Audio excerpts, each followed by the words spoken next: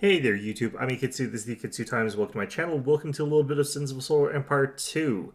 So today we're going to be talking about the Vulkoras Desolator, and this is going to be a relatively quick video because this is a fairly simple ship.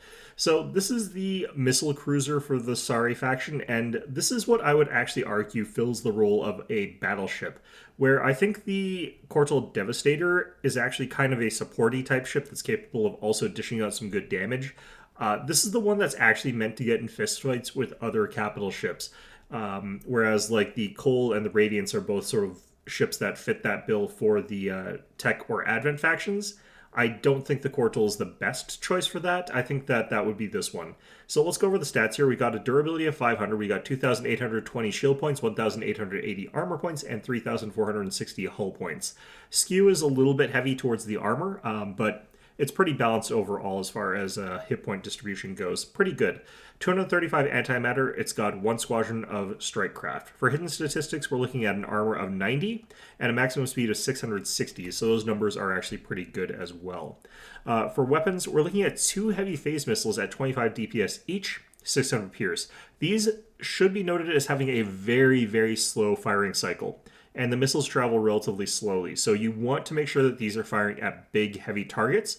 What I find is that often the heavy phase missiles, if I'm firing at lighter targets, will actually waste a lot of those missiles because they're very slow and the target often dies while they're in transit. So you waste a lot of damage with heavy phase missiles from this particular ship if you're firing at lighter ships. Three beams at 6.7 damage per second for a total of 20.1, and 500 pierce on those. Also very, very good against capital ships there. Notably, this thing has 70.1 damage against capital ships. That's extremely good. It's the best out of any of the baseline capital ships. Of course, now that there's the super capitals and the titans, it's a little bit less impressive, especially compared to, like, say, the Oblivia. But still, this is an incredibly good number for just a blanket capital ship that you can take out there. And it also has 50 damage that's perfect against command ships. So, two medium wave cannons at 10 damage per second each, 200 pierce, that's 20 damage per second total. So obviously those don't even really matter. I'm not even sure why they're on this thing. So this thing has really good anti-capital damage. It's extremely, extremely focused around killing those guys. And its abilities further down the line here are also good, but you shouldn't necessarily always use this to kill capitals. It's very good at thinning out cruisers as well. If you've got a bunch of Harkas, this thing can basically one-shot a bunch of them, or sort of one-shot them with their heavy phase missiles as well as one of their abilities. That's extremely good to be able to just take one of those off the board very, very quickly. So, first ability for this guy, Phase Missile Swarm. This is kind of like the Cole's Beam in a lot of ways. Phase Missile Swarm basically just fires off a bunch of missiles at an enemy that you sort of want to point at and have it die. 72-second cooldown goes down to 36 seconds. It's got a range of 8,000, and the antimatter cost goes from 90 to 60 at maximum levels. The thing about this is the damage and missiles fired stay exactly the same throughout all the levels of this. It deals 90 damage per missile and it fires 20 missiles for a total of 1,800 damage. That is tremendously good damage for a first level ability, but the damage per second of it is actually kind of low. The reason it's actually still pretty strong is because of how front loaded that damage is, and the fact that you're getting 1,800 damage in an instant out of a level 1 ship. So if you're doing the sort of like Cole thing, which you can't quite do the same way that Tech can, you can get a handful of these guys, even if they're not capable of leveling, even if you don't have the level up Tech. If you just have a handful of these guys, they can all go in, they can use Phase Missile Swarm, and they can blow up a capital ship. You need quite a few of these to actually do that in practice, but that's a very, very deadly tactic. That's similar to using the Coles with the beams. The problem with this is that if you don't kill them in that one volley, they're much more likely to be able to get away from you in terms of, like, you're not going to get another Phase Missile Swarm in a reasonable amount of time. By contrast, the Cole is putting out a lot more total damage, but they do it over time. So the Phase Missile Swarm is trading overall damage. Even at the maximum level, it's less damage than the maximum level Cole Beam.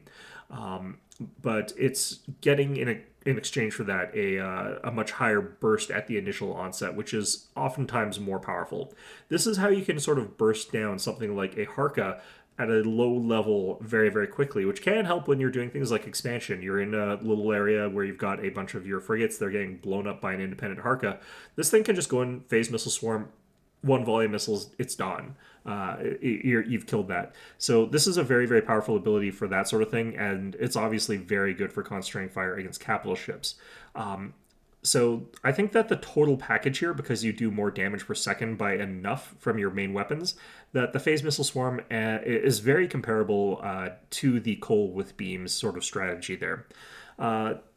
The one thing about it, you should keep in mind if you are looking at damage per second sort of values there, the Phase Missile Swarm has a damage per second of 50 at maximum level and 25 at the earliest level. So again, not great damage per second numbers, but being able to do early burst that's front-loaded is useful.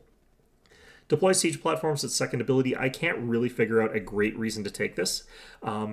The level ups on capital ships are incredibly valuable, and this ship is capable of doing bombardment through other means exceptionally well. So taking deploy siege platform lets you sort of build this little thing here that shoots at the planet. Cooldown is 60 seconds, range of 1,500, which is, I believe, the range of deployment. The actual thing itself has a different range, which is good enough. Antimatter cost is 75 and build time is 0. These things last 90 seconds, and you can, in fact, have multiples of them out there. So the siege platforms that you can drop, hypothetically, you could drop a bunch of these and then head into the fight with your Vulkoras and the rest of your fleet, and your opponent has to sort of watch as their planet sort of burns down while you're fighting them. You could also sort of run this around while you're engaged in a larger fight and have it sort of drop these to make it so that the enemy has to pick between, like, trying to hunt down the siege platforms, having to hunt down the Vulkoras, or fight your fleet. But realistically, like, this isn't going to burn down planets super quickly. Planets in this game are surprisingly durable. You'd have to have quite a few Vulkorases doing that. Could be part of an interesting cheese strategy, but counterpoint, I do think that it is more worthwhile making sure the Vulkoras itself is really good at its multiple different roles, and then just getting Carastras, because there's no reason you can't just build some Carastras if you were going for that kind of strategy. They come in behind your fleet, they blow up the planet, and unlike the bombardment platform, they can kite around the planet if your opponent decides to go after them, making them even bigger a nuisance than the siege platforms. The only thing about these guys is they're technically free, but you're losing a lot of opportunity cost on getting these. So I personally don't ever get siege platforms on this thing. I don't really think they're great, but I think there are some weird strategies that you can use with them that would work quite well. The thing that levels up with this is that these things get, at second level, 20% extra damage, and at third level, they get 40% extra damage, and all their other stats also go up, making them more durable overall. The third ability is Assault Specialization, and this is ultimately the reason I completely don't think you need Deploy Siege Platform. Assault Specialization gives you 24% bonus damage against orbital structures, so defensive platforms against, like, tech structures. Those things you do 24%, 48%, and 72% extra damage against. And your reload speed when firing at planets is also faster, 24%, 48%, and 72% faster. So this thing's capable of doing humongous damage when bombarding manually by itself, rather than using those siege platforms. So because it's so good at that, and because there's some stacking effects that you can get if you're going that route, you can kind of actually burn down a planet very, very quickly, even if you don't take deploy siege platform. So I don't think that this encourages me to take this, because what Assault Specialization lets me do is it lets me clear out all the orbital defenses that my opponent has really quickly, because we're doing all that extra damage to them on an already very high damage vehicle. And then I can go and bombard the planet with this ship that's already really good at dealing bombardment damage to the planet, making it so that we sort of double up on that effect there. Now, the one unfortunate thing is that we couldn't cram in another anti-ship type of upgrade, but between the phase missile, it's already high damage, and its ultimate, which we'll get into, it kind of is already really good at that. It kind of doesn't need the help. So the ultimate ability here is a disintegration beam. It has a 90-second cooldown, a range of 9,000, and 240 antimatter cost, which is ridiculous. What this does is it does percent damage over time. 6% if it's hitting the shields, and it takes away 6% of the shields per second for a total of 30% of enemy shields. Or if it's hitting the hull or armor, it does 12% per second for 5 seconds against the hull or armor. Meaning it strips away armor and, like, hull extremely quickly. That's 60% of those values from these disintegration beam, just from one cast. If you're capable of getting these guys up to level 6, they're extremely deadly for killing capital ships. And the nice thing about this is they're also really good at killing Titans. percent damage is really rare in this game, and when you do get access to that, numbers like 60% is kind of like really, really, really strong when you're dealing with things like Titans. Now, there are plenty of things that will sort of like muck up that damage value, but this is still something that you should be really wary of if you're going for big, tough ships there. So yeah, this ship is capable of outputting ridiculous amounts of damage, and I don't even necessarily think it's the super high priority ship that you have to kill first either, because if there's like a couple Scarantras, they can keep these guys alive if you decide to focus them down. The Scarantra is arguably like the bigger threat if you've got 3 of these and 1 Scarantra. If you got like 3 of these and you've got one Marauder, then the Marauder's probably more dangerous. If you got like the Cortal, you probably want to kill the Cortal first. Like all of those ships are probably higher priority in most situations compared to the Vulkoras Desolator. Not because this isn't a deadly and powerful ship, but because if you don't kill those other ones, then you can't kill the Vulkoras Desolator because you're suffering from all of those maladies, and they're getting healed by all of those other effects. So they just don't go down unless you take out those support ships first. So in spite of the fact that they're kind of glass cannony, if they're well supported and they're a part of an integrated fleet, they can actually do their damage relatively safely.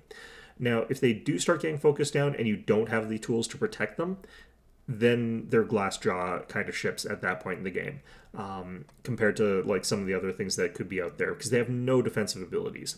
But still, regardless of that, they're still a very, very good ship, and I think that if you just need to do some damage, you could definitely do worse. I think that if you're going super, super late game, you could probably just get a whole bunch of these guys and then have the other support infrastructure built up so that like your Vulkorases never die. You've got your Titan, you've got your command ships, and these guys are just sort of there as like really big missile cruisers, as your sort of bruiser DPS type ships there. So yeah, I kind of like them. They're very brain dead, which I appreciate because I want to just move my fleet and everything. The general rule of thumb for me in RTS is if I can move my stuff into the enemy without having to think about it, then I like it, and if I have to do stuff, then I don't like it. But this ship is very, very simple. For warfare research, you've got some things about second generation crews that I really like about this ship, but it's third generation crews. Having access to the second level of phase missile swarm so that its cooldown is much faster is really, really good for this guy. So you're going to want to get that as soon as you can. It also makes the antimatter cost a bit cheaper. For weapons, you don't have any pulse. Your wave really doesn't matter. The beam is surprisingly important for the ship. You are going to be getting some kind of siege bonus for it, and as a result, the beam overdrive item can make this thing bombard the planet really quickly, and it synergizes super well with pinpoint bombardment, giving you that plus 240%. The bombardment platform also benefits from pinpoint bombardment, but not from beam overdrive. The beam overdrive giving you that 96% bombardment damage with your beams, combined with 72% planet bombing reload, means that this thing can shred planets really, really fast with just its base gun. So I think the beams are surprisingly a sleeper hit with this ship here, and something you really want. Now, missiles, of course, it has tons of innate missile damage. One of the notable things about this one, because it has so much missile damage, you kind of do want to get the phase missile predictor tech, and you want to give it the phase missile augments upgrade. The bypass chance on this, when active for like 1 minute, you can actually get to over 100% chance of bypassing shields with the ship. And the end result of that is this is where you hit that point where just shooting at a like Advent Super Capital or a Titan or whatever, where it's got like 10,000 shields, this is really, really meaningful. Being able to fully bypass that and just deal damage straight to the hull and the armor is really, really good, because you're hitting for so much that actually matters. For most of your other ships, you hit with a smaller percentage, like maxed out 50%, or you're looking at another capital ship and you can get to over 100%, but it doesn't matter because your DPS is like 20. This one has enough missile damage that it actually matters. The actual damage upgrade from that missile upgrade, though, is kind of laughable at like 24% for the upgraded one. Not amazing, but it's still nice to have. I do think, though, that more than anything, you want that phase missile bypass chance. You don't need it, though. You can definitely go without.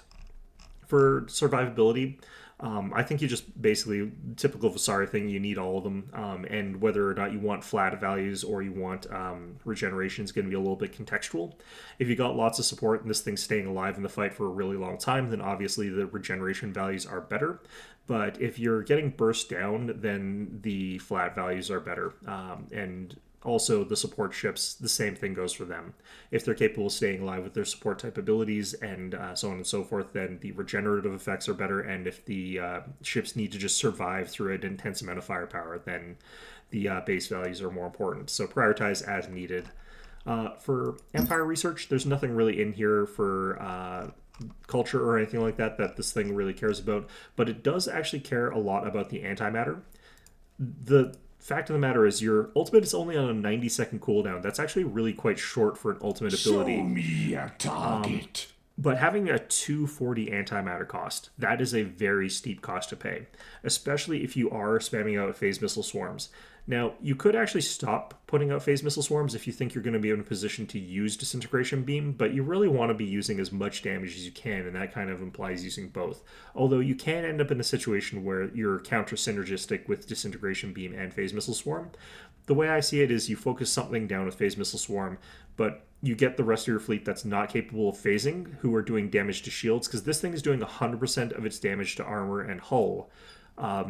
That means that any of your other fleet that's damaging the ship's shields are kind of wasting their firepower. So you get a whole bunch of Vulkoras Desolators. You have all of them manually targeting down like one specific ship. That thing has 100% shields but dies. And you have the rest of your fleet that cannot do that, attacking something that does have shields that you do want to kill the conventional way. And then you disintegration beam that ship once it gets on low shields. So you have to do a bit of fiddling with this, but it's still capable of doing both. And as a result, you really do need like a lot of antimatter with this ship, both like potentially the item and just the baseline values there. Other than that, phase resonance is actually quite good for the ship. You're going to probably want to have a bit of that going on. So let's talk a bit about phase resonance. This thing, it doesn't really need the mobility tree. It's one of those ones where it's like staying backline doing artillery stuff. You can actually cheekily send this like right next to a starbase or something like that if the opponent has a ton of point defenses. And what this can do is it can actually make it so that the phase missile swarm and your other guns are launching into the static defense that cannot move out of the way from such a close distance that the point defenses have no chance to take out any of your missiles, meaning you just sort of do full damage to that starbase, regardless of the fact that your opponent went full point defense. So there is a reason to be able to get into gravity well and book it really, really quickly, but it doesn't really matter if you're missing a couple of volleys against a starbase, because it's going to be a long process regardless. Combat is obviously where this thing is going to really be happy, but the missiles, like having faster reload speed, weapon damage, and missile bypass chance, all of that synergizes super well with everything that this guy's doing. So combat is a super, super good tree for this one, especially if you find yourself in a situation where you're having to go zero antimatter, because the ship is actually pretty deadly without antimatter. It's still capable of doing a lot of damage, but being able to use the phase resonator to boost that up, and also to pierce more of enemy point defense systems, because you've got that weapon reload faster, firing more missiles more quickly, making it so that's a little bit more efficient at getting through point defense really does make a difference here. However, utility is where you get like more phase missile swarm spamming, making it so that you actually sort of catch up, not quite, to the coal and its beams with phase missile swarms in the damage over time race. But more importantly, you get disintegration beam on a 60-second cooldown with a lower cost. It's reducing it by like 80. It's over 80 actually, but it's a ridiculous amount that you're saving, and that makes it so you can spam out that disintegration beam way more effectively. Unfortunately, utility ends up in a situation where you're not actually saving any antimatter per second, but yeah, you're still getting a lot more value out of the antimatter that you're spending because you're getting it for cheaper. For items, early game, you could go with a nano repair swarm and a nano attack swarm. This thing has no innate protective abilities, and neither really does the evacuator. So if you are running this as your first ship, then you can get nano repair swarm just to keep it alive. But you can also get the nano attack swarm because you're really just doubling down on the idea that you're going to just drop the nano attack swarm on the enemy capital. You're going to be using phase missile swarms on the enemy capital. You're just going to hone in on trying to focus down that enemy capital ship, and you're letting like the rest of their fleet kind of do their own thing. You're not really going to try and kill it necessarily. Like I would even have the Jerasul Evacuator and all of your Revestro skirmishers focusing on a capital, even if they're not capable of doing much damage, because if you can kill it, that's a huge, huge boon to you early game. Even in that situation, though, it's not super likely your opponent's going to let you just kill their capital ship with a Vulkoras Desolator. Now, the only build that I think you're ever going to get is like you go phase missile, assault specialization, phase missile, assault specialization, phase missile, disintegration beam. This lets you clear out like planetary defenses really, really effectively. It lets you deal tons of damage against any capital ships, and then it lets you siege down planets very well. Any other combination is going to compromise like one part of that. So getting the siege platform, like yeah, maybe you could siege a little bit faster, but you're missing out on one of the other parts of that equation, or you're reducing your effectiveness at that. Then, of course, you go for like disintegration beam, assault specialization, and the rest into siege platform at only the last 3 levels. So, if you're going for that sort of suggestion, there's a couple different ways to build this. One obvious one would be you get the phase missile augments. You're going to want the self-repairing armor for this and potentially phase attenuated shield. But generally speaking, what I would do is I would get just definitely the self-repairing armor. Then I would get the resonance amplifier and the antimatter recharger definitely for this thing. And then you can choose. Like you can either get the phase missile augments, which I think is what you're going to get like most of the time, just for that extra missile damage, and so you can get that shield bypass chance. But if you're leaning more towards being able to both duel and bombard planets, then the beam modulator suddenly becomes the choice that you go for. If I was going to drop something else, I would probably drop the resonance amplifier if I didn't have a really good phase setup, and especially if I don't have the ability to get a good phase setup. But being able to have like the antimatter recharger, I feel is a little bit non-negotiable if you want to use disintegration beam, and I really like that. If you're planning on not using disintegration beam too spammy and you're not going to be spamming out phase missile swarms, what you could do is you could go resonance amplifier for when you are going to just dump all of your antimatter all in one go. Then you go self-repairing armor, phase missile, and beam modulator. But some combination of those like 6 items, because you could get phase attenuated shield on this as well, is what I would go for with these guys. So that's basically the only build I can really think of, or setup that I can think of as far as skills go, and the different things that you can sort of pair with it are pretty loosey-goosey as to your situation. So just pick whichever you think is going to work best for where you are. So anyhow, that's going to be our video for today. This is just a really good DPSer if you just are in a situation where you can build a ton of capital ships. And you've already got a lot of your support ones leveled up and stuff like that. The Vulkoras Desolator is also fairly good at low levels, so you don't need to worry about the fact that it's not leveled. It is also, of course, very deadly if it has Disintegration Beam, and if you got like 4 or 5 ships that had Disintegration Beam, that would be actually very, very good in a late game composition against a lot of Titans and stuff like that. But anyway, that's going to be our video for today. I hope you found this one enjoyable, and of course, as always, hope to see you guys all next time.